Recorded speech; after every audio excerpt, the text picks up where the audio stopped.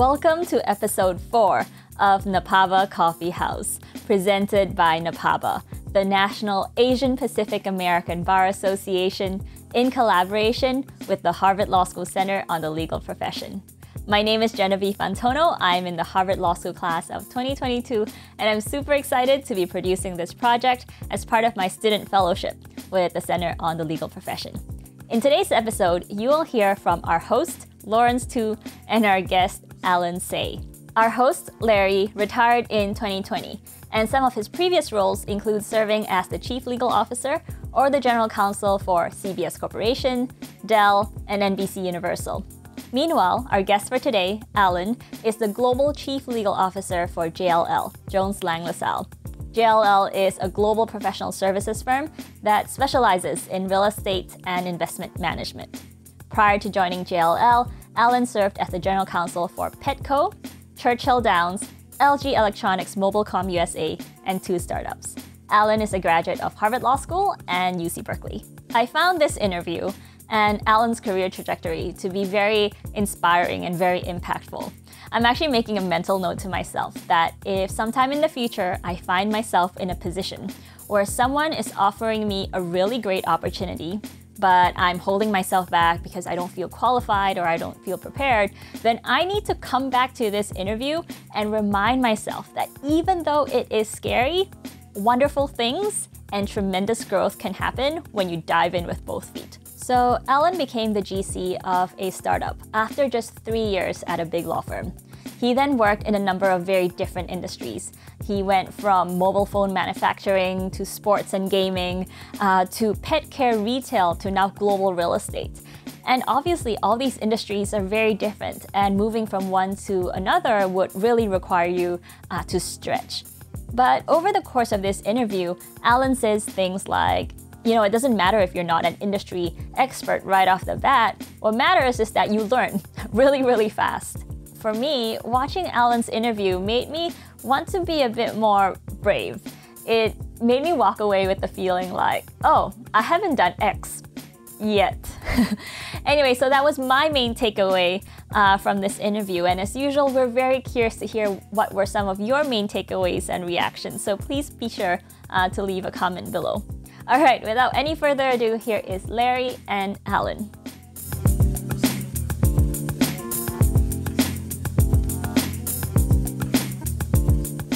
So Alan, welcome to our NAPABA Coffee House.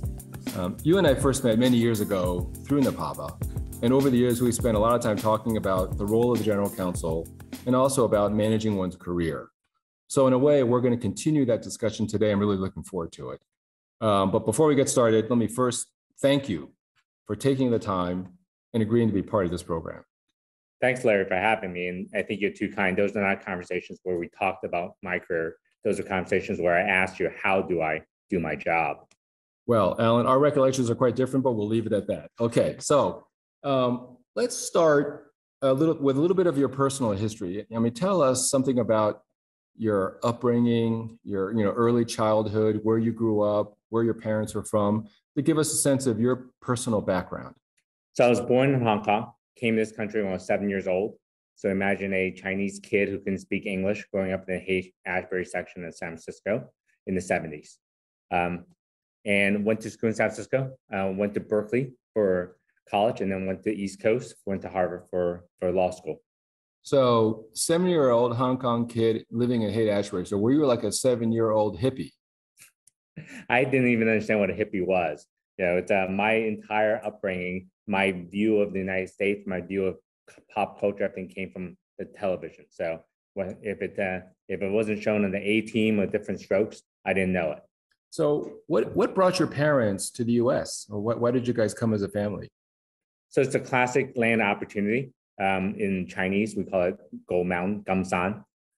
So my parents both were medical students in China, and they both escaped China and landed in Hong Kong when communism started taking root in China.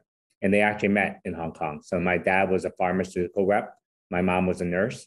And basically my dad hit on my mom during his rounds. And they met there. And because of their views on communism, they did not want their boys growing up in that. So in 1978, they had the forethought to leave before 1997, the changeover, because they wanted to make sure they got a head start. They didn't want us growing up there. So that's why we left Hong Kong and came to this country.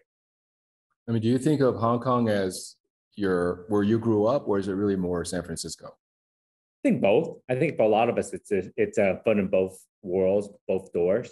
I definitely have memories of growing up in Hong Kong, but I was 7. So my older brother was 10, so I had a little more roots there. I don't have any friends from those days, but I definitely remember Hong Kong, growing up in Hong Kong, and good and bad of that. But I definitely have a whole lot of memories from my childhood in San Francisco, in the US.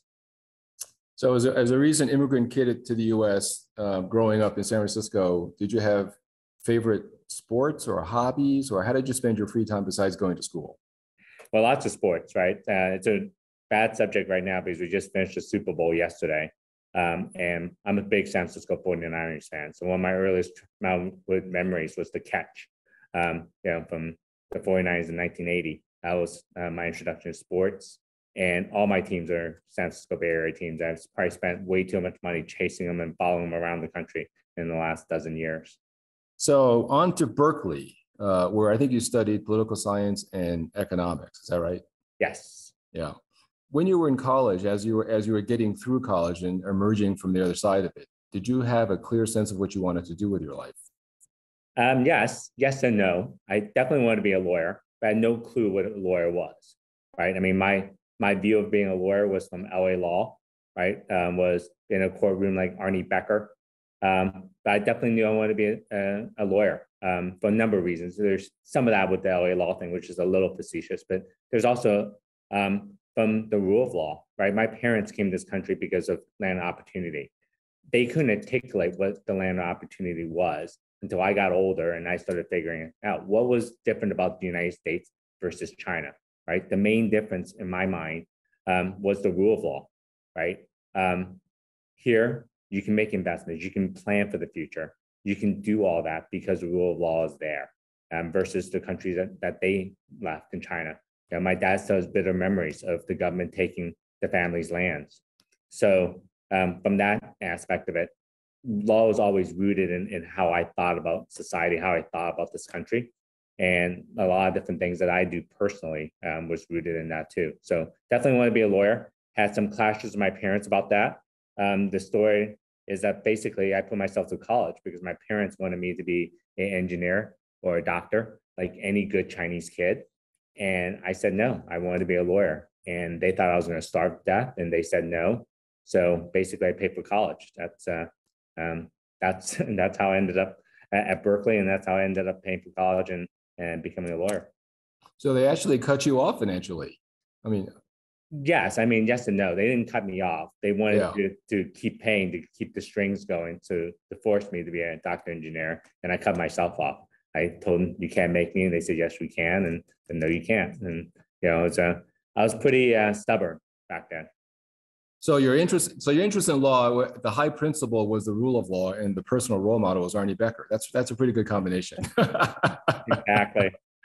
That told you. I mean, look, you and I've talked about this before. I didn't have any role models of lawyers growing up. I didn't know what lawyers are. Maybe an immigration lawyer who helped us get our citizenship papers. That was my only real, seeing a lawyer, except on the screen, except on TV and in movies. So didn't know what a lawyer did. Didn't know there was this thing called corporate law. They don't do a lot of those shows on TV. So pretty much had no clue until I got into law school and started seeing what lawyers did and figuring out what I wanted to do with my life. It's a lucky accident. So law school, and then from there, I think you went on to practice law in a law firm for 3 years. And I think Silicon Valley, is that right? Or in the West Coast somewhere? Yep, I was in Silicon Valley in the 90s. Got to do IPOs and M&As right in the peak of the entire cycle. So what happened to the Arnie Becker, LA law, go to court and impress the jury part of law practice? So my first year summer, I was a litigator. I actually worked for a public interest law firm and realized very quickly that as a litigator, especially in a law firm, I was not going to be Arnie Becker. I was not going to be sniffing a law firm for a good 5-10 years of my life. I was going to do a lot of research. spent a lot of time in the library and researching and writing. And I was a very impatient, 24, 25-year-old, and I didn't want that. At the same time, growing up in San Francisco, I had a lot of friends that were in Silicon Valley from college days, from even my high school days. I was telling them about this magical place, Silicon Valley, how everyone was making their fortune and just doing really cool things. And so I spent my second year summer doing that and basically fell in love and thought, this is what I want to do. I want to do deals. I wanted to be able to solve problems. And it just felt like it was the right fit for me. So after 3 years of law practice, I think you left for an in-house role. And then I think, if I memory serves me right, over the next 10 years, you took on 3 different in-house positions. Each one, I think, greater scale, greater complexity. So tell us about that change and what motivated that, since it seems like you took to M&A and IPO work quite happily, at least initially. Yeah, so the first role I took was with a client. It was to be a VP of strategy and general counsel in it was a unicorn before that term was used. It was a telecom equipment company that had $1 billion valuation. And it was really interesting to me to want to do that because as an M&A lawyer, I think about M&A in 3 parts: picking the right company by doing the deal and integrating the company after the deal. And as a lawyer in a law firm, I was doing the middle part and probably the most unimportant part of the deal. And I wanted to learn the front and the back end of it and figure out how to be a better lawyer from that. And that was an opportunity for me to do that. And the second part of it was also just thought, hey, maybe I wanted to do business. Maybe I wanted to be a CEO and really understand business. Got that out of my system very quickly. My first 2 startup roles, and that it was great, but great training. But also, it was also got to see the entire business cycle up and down of that, and realize that I like being a lawyer. I like not having to sell. I like I wouldn't say the purity, but just the not being able to be on sell mode all the time, which I saw my CEO having to do, which, the part of me that was the business side of me had to do a little bit of that. So I went back into becoming a lawyer and frankly, after 2 failed startups, I figured I was pretty good at being a lawyer for companies that didn't make any money. I needed to learn how to be a lawyer for a company that actually made some money. So I think the third of those roles, from there, I think you went on to work at Churchill Downs in Louisville, Kentucky. And that was in 2011. So what led to that change? Tell us about that transition, how that came about. I was the GC for LG Electronics in the US before that. It was the division of the LG Electronics company based in South Korea. And I had no interest in moving to South Korea. So I needed to figure out what my next move was. And Churchill was a terrific company. It was, most people know it as the Kentucky Derby, the home of the Kentucky Derby. But it's also on a upward trajectory of trying to buy casino and gaming properties. So it was an opportunity to go and do M&A and to transform the company from being a small horse racing company into much more of an entertainment company. So today, Churchill has 12 casinos, runs one of the largest sports books in the country. And I'm privileged and lucky enough to have played a part in starting that journey for Churchill. Now, was that the first job that took you out of the West Coast? Job-wise, yes. Yeah. So talk about that move, and that because as you discussed before, every job change is also potentially a family relocation change, and so those are quite complicated and involve multiple variables. So how did you navigate that in terms of the change from the West Coast to Louisville, Kentucky? So I think the change was a lot harder for my family than it was for me, right? Because my day-to-day was working with smart people, right? And working at companies. Yes, the location change, but frankly, it was 72 degrees inside my office either way. So, but from a cultural standpoint, it definitely was very different. Look, from a kid growing up in San Francisco, where there are lots of people that look like us, to being Kentucky. And I wasn't just the only Asian general counsel in Kentucky. I was the only senior executive of a public company in all of Kentucky. So it was good and bad from that standpoint, right? You can always look at things as half empty and half full from a glass perspective. And I felt like it was an opportunity for me to make a real difference in a place like that because they just haven't seen a lot of people who look like me who are leaders. So you were breaking a path. I mean, it was a relatively new thing for that community, probably, to have somebody like you in a senior business position with your background. Yes, but I mean, that wasn't the intent. The intent was just Sure.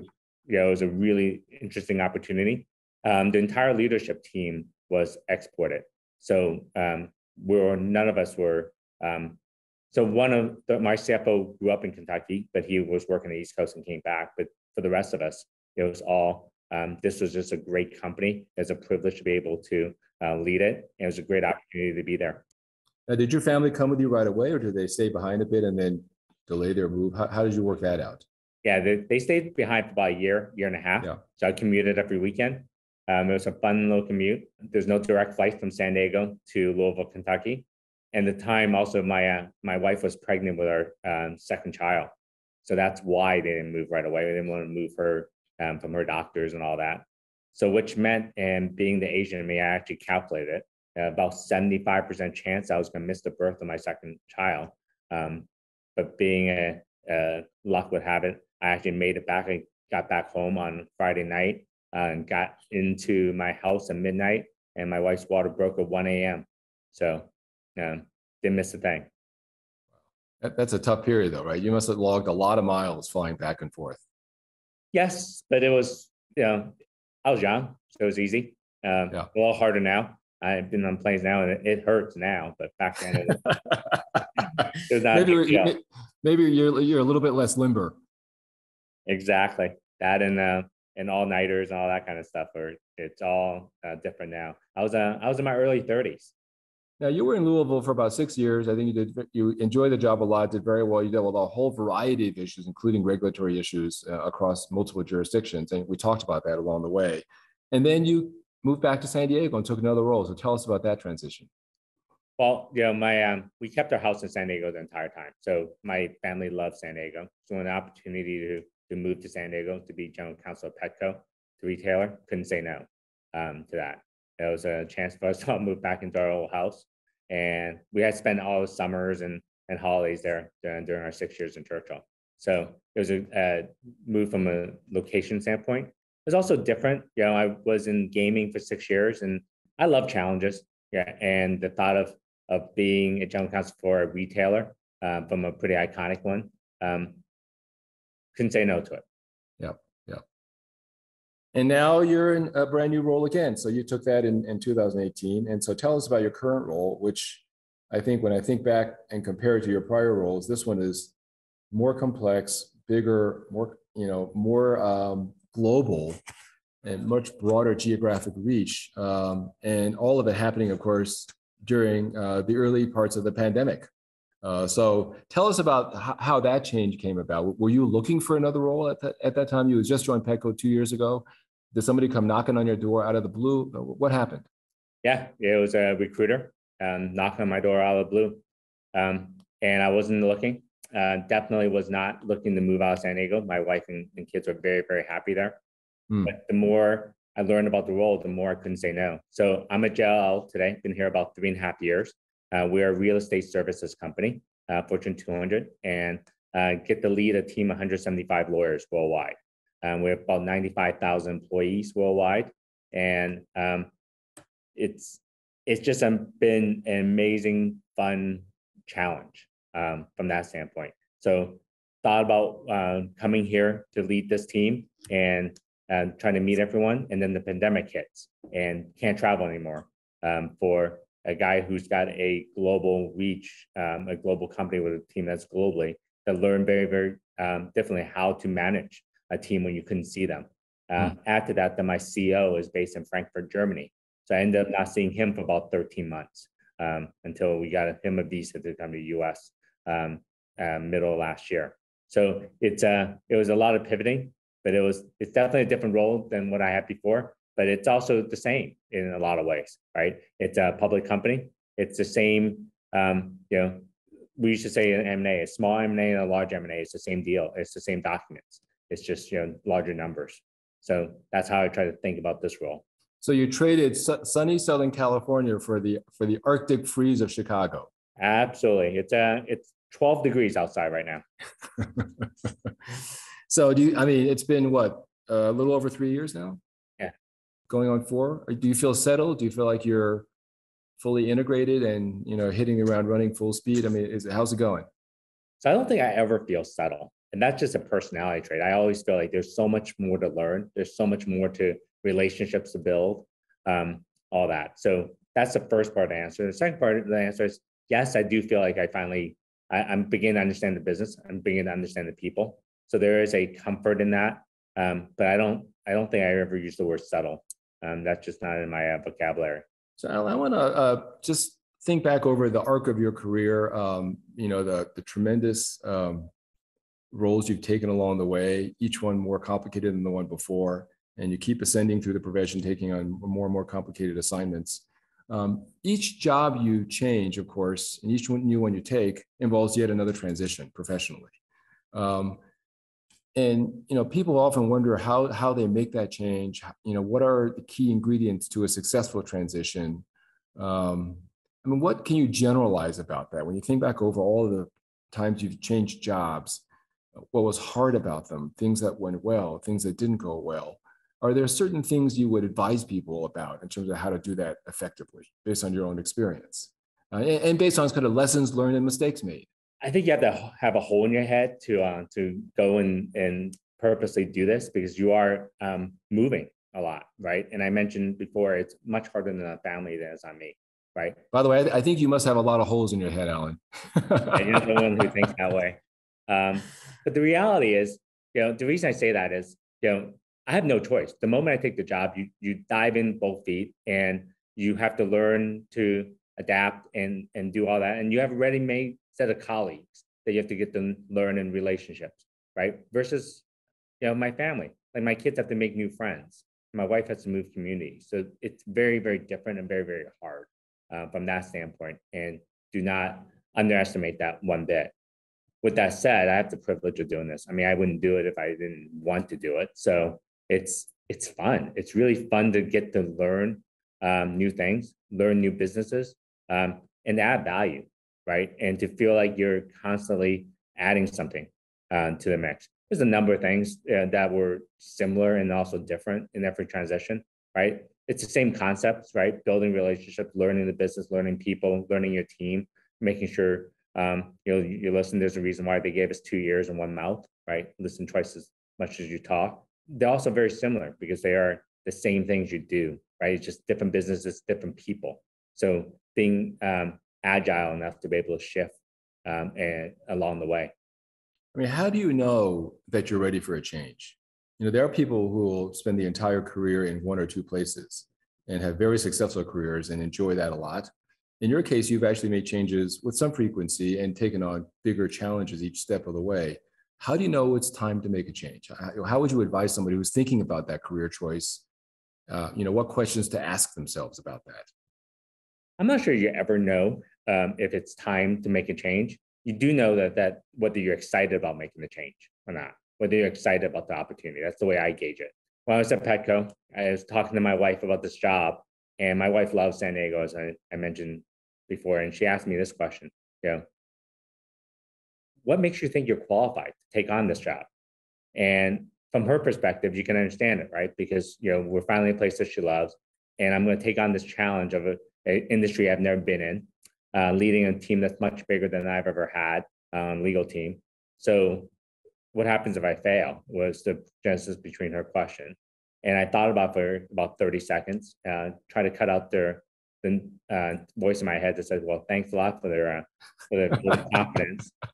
But the reality for me was, I've been unqualified before and somehow succeeded. And that's how I think about it, right? Yes, I don't have the industry experience. Yes, these are new things, but the skills that I have in order to get to this point were also the things that I'm ready to lean in on to do the job, right? It's the same set of skills of leading people, right? And learning businesses and having good judgment. That's all we do as lawyers. So, I mean, something gave you the confidence, Alan, to switch industries, to jump from city to city, to go from small company, privately held, to publicly owned companies, and nonetheless think that you can pull it off, that you can overcome the challenges. It's not that you might have been without self-doubt, because all of us have doubts, but somehow you were able to convince yourself and your family, as it turns out, that you could take on the new role, whichever it happened to be along the way. So where does that confidence come from? I think, genetics, right? My parents left countries, right, into a country they didn't speak English to. First they left China to go to Hong Kong, but then moved from Hong Kong to this country and left their careers for that. So I think, and all of us, have ancestral heritage that come from that, regardless of how conservative they are today. At some point they were not conservative. So I keep reminding my parents of that every time they worry about one of my decisions. But also just from a personal standpoint, confidence comes from preparation, right? Confidence comes from knowing what you're doing, right, and putting the work in. The harder I work, the more that I've been exposed to it. That's where the confidence comes in, because I've done it before, right? The first time leaving a law firm to join a startup, scared out of my mind, right? It's complete malpractice. What I was doing probably as a third year being a general counsel. I was a corporate securities lawyer, and they're handing me patents, they're handing me, employment issues. I mean, that's much scarier than what I do today, right? The industry's changed, but it's the exact same things I've seen over and over again. Well, I mean, it's remarkable when you think about the different changes you've made, and it seems, from someone looking in from the outside, that industry knowledge or expertise isn't all that important in the roles you've taken, because you've changed industries in dramatic fashion. And nonetheless, your employer is saying to you, we want you, even though you may know nothing about our particular industry because of X, Y, and Z. So what is it, do you think, employers are looking for when they're looking for a general counsel that goes beyond substantive knowledge of the business or the industry or the law? So I think only part of that statement is true, right? Because I think they are looking for someone who understands their business.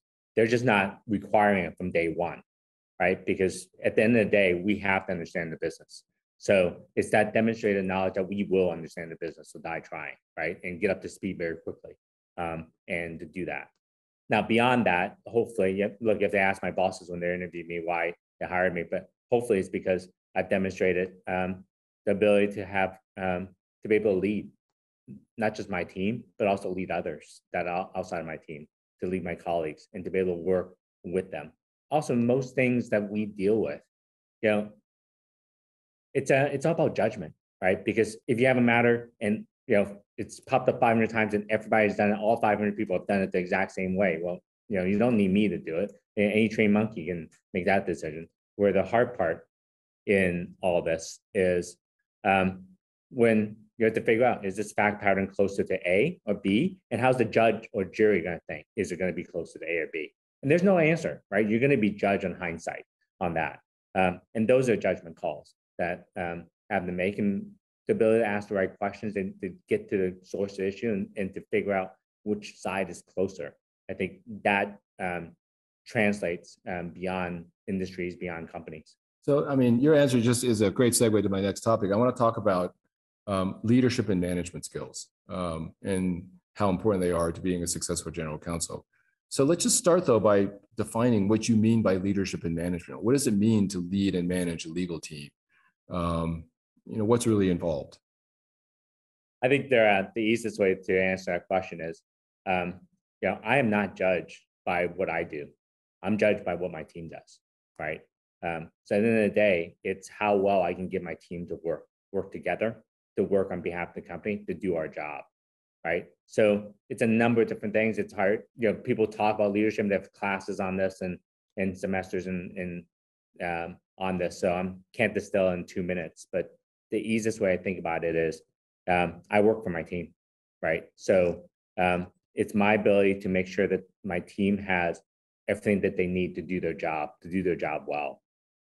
Whether that is resources, whether that is ability to collaborate with each other, with me, whether they need to understand the business a little better, whether it's a little bit of coaching, right? All those things are involved in trying to get the most out of my team. And that to me is leadership, and that to me is management to some extent. That's how I really take a view of, these are people who do all the work and I need to work for them. Alan, when you look back over kind of your life, would you say that you were a natural leader, that you have always been a leader, even as a little kid? Or do you think it's something you grew into as your jobs expanded? I think it's definitely something that is learned, right? There's a certain element of that. You have to be a little bit comfortable or uncomfortable with it. But definitely, I look back and at my life and especially professionally and how I am as a leader today versus I was even a year and a half ago, right? How how I am as a leader today is very much different than I was a year and a half ago before COVID. And there's lots of growing and learning involved in all that. Um, there's also some of it's, being naturally on it, right? Are you the guy who raised your hand to be captain and picking the basketball team, right, in the schoolyard? Or are you just okay with just being a member of the team and getting picked? For me, I like being the captain. I like to make sure that I pick the right team. Otherwise, I get picked last. Not exactly the most athletic guy out there. So you're telling me you were bossy from an early age. I'm not sure if I was bossy. I think it's much more about making sure that I pick the teams, I can pick the strongest players. Yeah. Do you think you're a better leader and manager today than you were when you took your first in-house role? Absolutely. So tell me how you think you've gotten better, in what dimensions, in what ways are you actually better? Look, I spent the early part of my career trying to tell everyone that was around me how good a lawyer I am. And I'm spending an enormous amount of time in this part of my career trying to tell them how I'm not a lawyer. That's one way of thinking about it. The early part of my career, it was defined by how well I did, right? And in this role and in my roles in the last decade, it's been defined by how well I can lead my team, how well my team does, right? And being empathetic, right? Be understand. So great examples in the last year and a half when the pandemic hit, our whole lives changed. Everyone's lives changed. But for my team especially, right? I had people who suddenly became homeschool teachers for their kids. I had others who were locked down, and in parts of the world that where lockdown actually meant lockdown, not like the fake lockdown that we have in the U.S., where they literally couldn't leave their apartment for months on end. So, and we have others who've lost family members. So different people are in different circumstances, and you have to understand that. And you can't leap one way to everybody, and be able to build those connections and be able to make sure that the team members have what they need for their lives, not just for their jobs, right? I don't think the 30-year-old me cared any part of that about that. All I cared about was trying to run hard on that. So it's definitely different. Well, it sounds like you had some natural leadership tendencies even as earlier in your life, and so you built on that, and you clearly have gotten better at it over the years, as you said, as you've taken on bigger roles. Are there still some things about leading and managing that you find really challenging, where you have to keep working at it to keep getting better at it because it may not come as naturally to you as other parts of the leadership role? Well, everything, all parts of it, right? Walking into a meeting where I don't know people, right? Forcing yourself to meet folks and to shake hands. Are you an extrovert? Are you an introvert? How would you characterize yourself? I think a little bit of both, right? I learned to be more extroverted when I need to be. I definitely have a light switch, as my family calls it, where I can turn that off because I don't want to be on all the time. But when I need to be, I think you need to be. But there's all kinds of things that you have to do on this, right? I went from being able to travel and see my team person to person to going 2 years, and I still haven't seen most of my team in Asia for 2+ years now, except through this medium. So make sure that you keep those connections with people, and that you know what's going on with people in their families and their lives. That's all important. All that you're constantly learning, and some of it's not. It's uncomfortable. That's why I said some of it's comfortable and some of it's uncomfortable. But that's the good part, because you want to be uncomfortable. That's how you learn. That's how you grow. Did you make mistakes along the way? Of course. And would you care to share any of them with us without naming names or being specific as to company or context, but just generically give us an example of a mistake you made that you learned from and you've drawn from since then? Well, there's a million mistakes that I've made in my life. But give us the biggest one. It's not do that. I do a pretty good job of trying to hide those mistakes. I think that's part of what we do as general counsel, right? But absolutely, it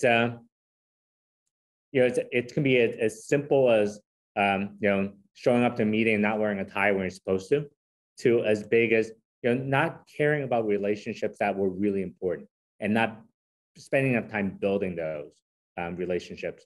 In this role, sometimes people have a preconceived notion when you walk in the door, whether it's because of the fact that we're lawyers or the fact that we're Asian, whatever else. People have a preconceived notion of who we are, and if we don't sit there and consciously show them who we are, that stereotype can persist. And when you don't make those relationships, then they think of me as who they think I am versus who I really am. It must be hard, though, to build relationships with, in your case, 175 lawyers scattered across the world. I mean, you mentioned earlier about the pandemic and the challenges that has posed in terms of both transitioning to your new company, but also leading and managing the legal team. What are the things you've had to do in this environment that were different from before, given the context we're in, given the constraints that we're living under? Yeah, look, I think we're learning, right, when the pandemic hit and trying to learn how Zoom and everything work, right? How many Zoom happy hours did we go to a year and a half ago versus today, right? Everyone was trying to do that, and now they don't exist anymore. We're all trying to learn how to connect. So one of the things that I recognized very quickly was that not all my team members, were the same on this medium, right? So when you ask extroverted, introverted, look, in a Zoom, when you have like 20 people on a Zoom, you literally have to interrupt someone in order to speak. And some people are just not comfortable with that, right? And understanding that from my own team members, recognizing that in the meeting itself, to making sure that those team members that were not as comfortable to speak, that they were given the opportunity to speak, that they need to be heard, and I want to hear them. But that in itself is not good enough sometimes, right? It's also being able to reach out to them one-on-one to figure out what's going on in their lives. Look, one of the things I worry about this is that I think most of us like where we work because we like working with our colleagues. 2 years into this thing, we started losing that because you don't see your colleagues every day, right? So that's what collaboration really means to me. It's not just merely collaborating with your clients, which you can do pretty well in this medium, but it's collaborating and being able to just have lunch with your colleagues and be able to chat and talk about family and life, right? And so I'm spending all the time trying to foster that within my team, making sure that those connections are kept up in a real meaningful way, not just a superficial way, which sometimes it can be when you're not seeing the person face to face. Alan, I'm going to switch topics and touch on something you touched on a second ago, actually on a couple of occasions. You mentioned, being an Asian lawyer or being an Asian in a profession where Asians have only joined the party relatively recently. Now, we've made great strides. Asians are in law schools now in record numbers, a lot of Asians in prominent positions. But by and large, Asians are still vastly underrepresented in the leadership positions in the legal profession. So talk a little bit about the challenges you face being an Asian lawyer in America. Well, it's hard to separate whether the challenges are because of Asian lawyer in America or because it's me as a lawyer in America. But I think the point that you point out is very relevant, right? I think depending on the numbers that you choose, there's 10, 15, 20% of us graduating in the top law schools in America that start out in large law firms that are also in-house, right? Somewhere around 10, 15% of us. And less than 5% of us are general counsels of Fortune 500 companies. And less than 5% of us are partners in AmLaw 100 law firms, right? There's a leadership gap there, right? Some of that, I think it's on us. These is not culturally, and others is not. These are not skills that we practice growing up that our parents taught us that were important, right? They wanted us to be doctors and engineers. You don't necessarily need to be leaders to do that. But some of it is perception of us, right? Because we are the model minority, right? How many times have we heard that word? And you also see it with the violence that have been bestowed on this community in the last year and a half. I think we're easy targets. We're seen as meek. We're seen as weak. So I think some of that is perception that precedes us. So when I talk about perception of leadership and what they see of us, look, when I interview for a job, the one question I have to answer that not necessarily every other candidate has to answer is, can I lead? And it's partially because there's not enough of us in leadership positions for them to necessarily see that we're natural leaders from that. So you sense in the interview process that question is kind of lurking in the background because of who you are and because of your background. Yes and no. Yes, sometimes I sense it, but it's just more important that I just address it, because at the end of the day, look, leading is important in these roles anyway. I just want to make sure, and they're not going to ask me that question. How many times have anyone ever asked you, Larry, right? Can you lead? No one's ever going to ask you that question in an interview. So it's about demonstrating that and walking the room. Same thing with teams and and leading and town halls, whatever else, is being able to command that room, being able to walk in. When people talk about executives, right? Most CEOs I ever work with have that presence. Walk in and they do command a room. They do command attention. So it's definitely something that I have worked on. So when you ask the question, am I a better leader today than I was 20 years ago? And that's a huge part of it. Being able to stand up tall and to walk in and maybe not feel comfortable, but at least look comfortable doing it. So Alan, you mentioned that this is a question that you proactively address in opportunity in looking at jobs, because whether or not it's asked, it may be lurking there and you want to hit it head on. It may be a question that the employer or prospective employer has about you. Let me flip it around. What do you want to know about the company to know whether you're going to fit in and be accepted? How do you figure that out? Look, I think these are highly personal decisions about what matters to individuals. But what matters to me is, are they good people?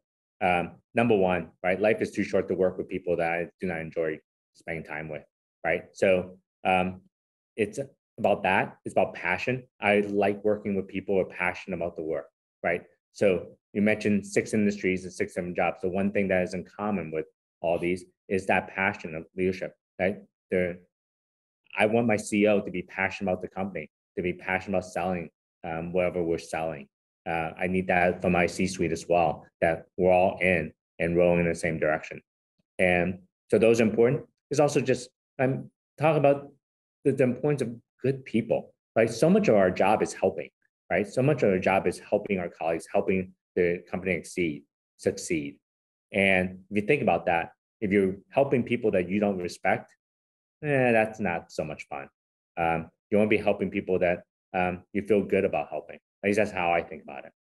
Well, if I think about all of the qualities you mentioned that are required to become an effective general counsel, whether it's leadership, management, communication, building relationships, empathy, understanding, very little of that has to do with law or what we might have learned in law school, or even as young lawyers in a law firm starting our careers. And so these are things that come along later in life and need to be built on to be successful. Wouldn't you agree?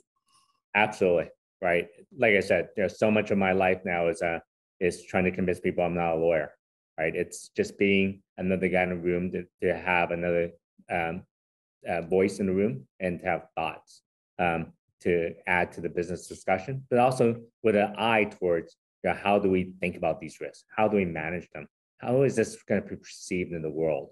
Not just by a judge and jury, but also by our various constituents, whether they're our employees, our investors, our customers, and just having that eye towards that. And that we're uniquely trained for to some extent. We might not have been trained in law school for it, but we've definitely been trained throughout our career to look at, how will someone look at this? How would this story play to a jury? How would this story play to a judge? Well, it's the same thing. How would this story play to our customers in the press? Well, I'm going to do, we're near the end of our time. I'm going to do a couple of lightning round questions. I'm going to ask you a couple of statements and ask you to react yes or no to them and just explain to me why you think the way you do. So here's a proposition. To be an effective general counsel, you must know everything about everything, or at least give that impression, even if it means faking it. No way. Well, why do you say that? So let's say you're in a senior executive business discussion and a legal question comes up. You may not know the answer, but how will you address it then in real time? You don't just say, I don't have the answer, sorry. Well, look, it depends what the question is, right? And is it something that we can think through and walk through and ask the right questions to get a little more information? But at the end of the day, it's our credibility, right? We are in a profession where we're judged by the one thing that we do wrong. So if you guess, you're going to be wrong half the time or more. And I'm not interested in that, right? So, but at the same time, you don't have time to sit there and research every single thing, right? It's about how you discuss and how you think about it and how we think about it together. Yeah, and sometimes what you got to do is have enough credibility to buy time to come back with the answer, right? Absolutely, right? I mean, look, some basic stuff you have to know, like but most things, it's much more important to be thoughtful than to be quick. All right, let me end with this one. Business leaders think the legal function can and should be managed just like any other business activity. They're just wrong. Law is different. That one, huh? I don't think it's necessarily wrong. There's nuances to it, right? I think lawyers are just different to some extent. I think that being in a business, there's inherently, you do have to be managed like a business. We have a P&L, right? There's a set of resources that we're stewards of, that our job is to make sure that we provide a legal service in the company in the best and most effective manner possible. That sometimes is cost, that sometimes does not equal cost, right? But it's we're not a law firm within a company, right? We are part of the company. Well, Alan, thank you so much for your time. Let me end with this. You're a busy guy. You're going a million miles an hour all the time. If you had 3 weeks of free time, unburdened by emails and texts and Zoom calls, how would you spend that time? Where would you go and what would you do? First of all, I don't think I would ever be comfortable in a job where I can be gone for 3 weeks. But given that that's the hypo and I shouldn't fight the hypo. Well, make it 1 week. Take 1 week. No, it'll be with my kids in someplace tropical, right? I love the water, whether it's a beach, on a boat, something, but with my kids and just being able to enjoy time together. Alan, thank you so much. This was great fun speaking with you and learning about your life and your career and your insights and perspectives. Thank you so much. Thanks, Larry.